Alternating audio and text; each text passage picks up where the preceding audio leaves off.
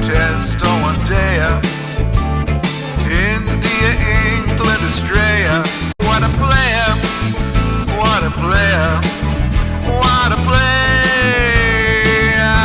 Hello and welcome back to Waadaplaya fantasy section, where we give you fantasy tips for different ODIs, T20s, different leagues, men's cricket, women's cricket, and today we've gathered to give you fantasy tips for the fifth and final T20I between West Indies and Australia. Remember, West Indies has already won the series. They won the first 3 games. Australia came back really strongly to save face, and they've got one back. So, looking forward to the fifth T20I. I have Akash with me. Akash, how are you doing? Absolutely good. How are you, Sanjay? All good. So much cricket happening. We are all looking forward to this one as well. Let's resume back to our normal service.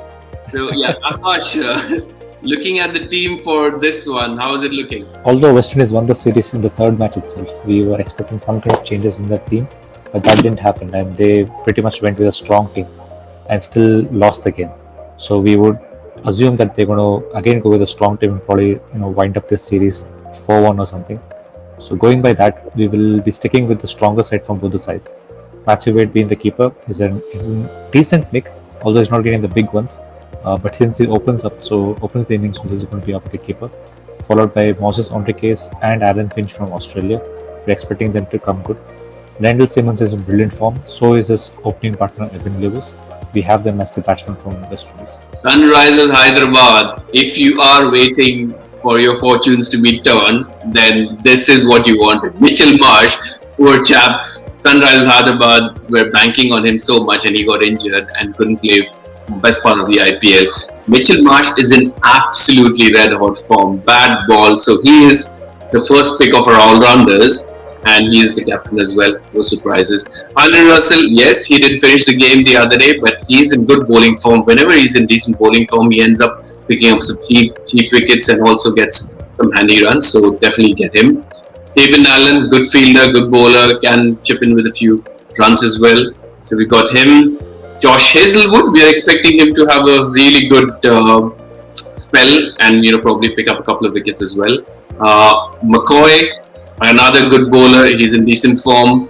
And Hayden Walsh Jr., he is also extremely good against West Indies. For West Indies rather. He's a quite a good spinner. I quite like his bowling. So we are making him the vice captain. We are expecting him to pick up a few wickets. So let's see how this game progresses for the West Indies team and whether they are able to win the series 4-1 or whether West Indies or Australia can come back and win and end the series 3-2. Akash, I see you haven't picked Mitchell Starc, who was the hero from the previous game.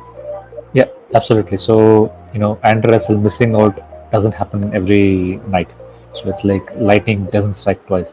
So had it been another night, I think probably Russell might have come on top of Starc. But considering that Starc is a good bowler, no doubt about it.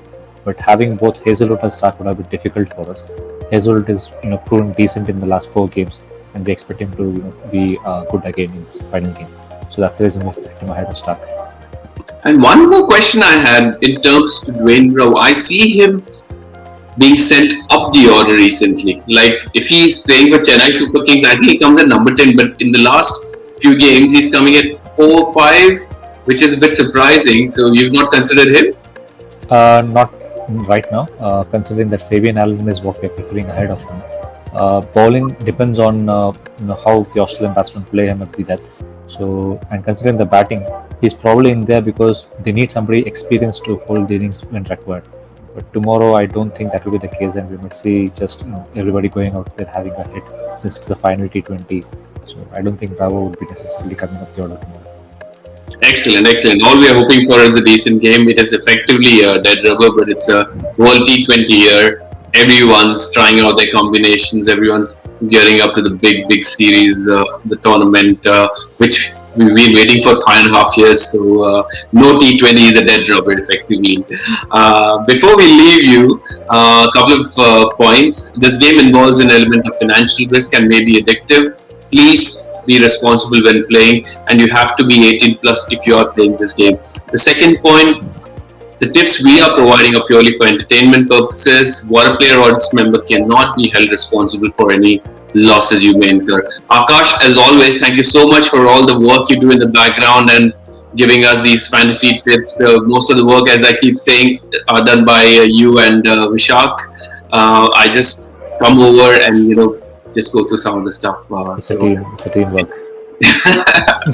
For our viewers, if you're here for the first time, please do check out our channel for other cricketing contents you may potentially like. If you're here coming back to watch our videos, thank you so much. And if you haven't done so already, please do subscribe to our channel. We really appreciate your support. Until next time, take care, be safe, and we hope to see you back another day, another show. Stay safe, guys. Take care.